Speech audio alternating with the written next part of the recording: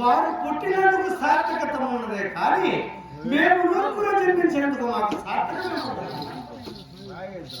నీకేమి కొరతైంది, నీకేమి తక్కువైంది, నీకేమైనా కావాలంటే వస్తువులు కావాలంటే భూషణాలు కావాలంటే అడగడానికే కదా తండ్రి ఇక్కడికి వచ్చినది. ఇస్తాను కదా.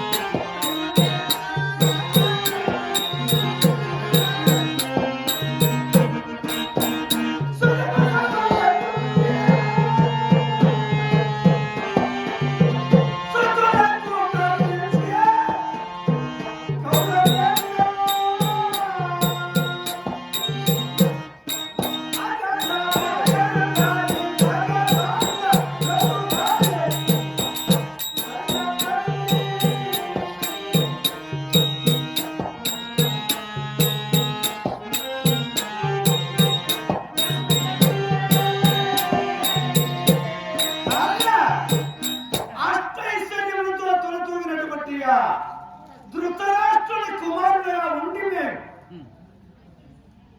కడకు ఈ వ్యక్తమాయనే నా కొడక యాడ్ నుంచి ఆడికి వచ్చి ఉండము.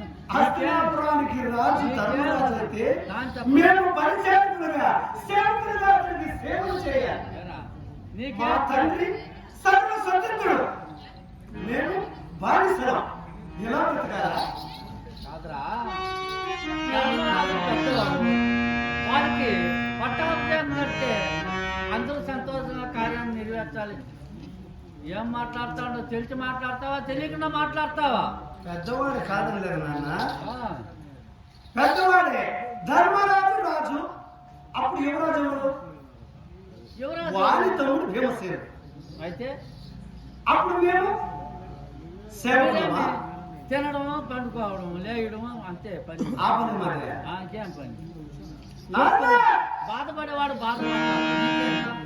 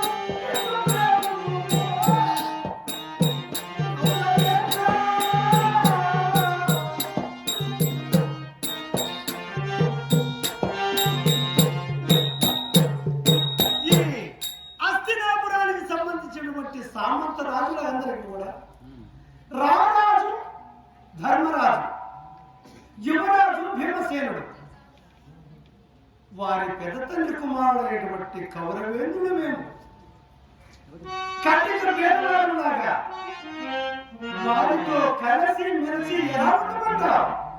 ఎవరు చెప్పినా ఎవరు చెప్పకపోయినా నా కుమారుడే కదా మీరు. నీ కుమారుడు కాదని మేము చెప్పడం కదా. మేము ఎక్కడ ఆడుతున్నారా? ఏం చేయాలి?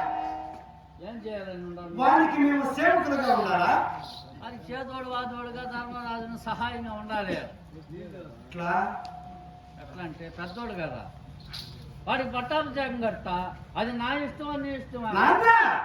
కర్ణుడు లేకపోయినా రాజుగా నీవే ఉన్నావు కానీ కర్ణుడు మా ప్రజలు ఉన్నాడా?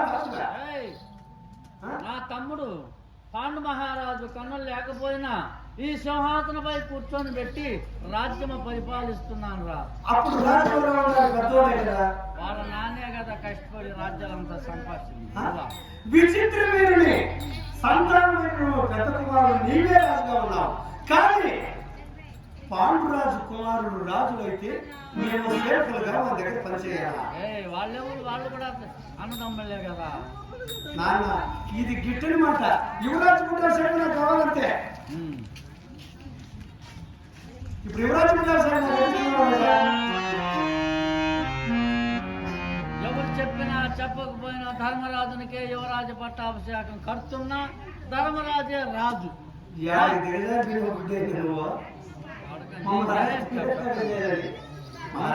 చెప్తాను.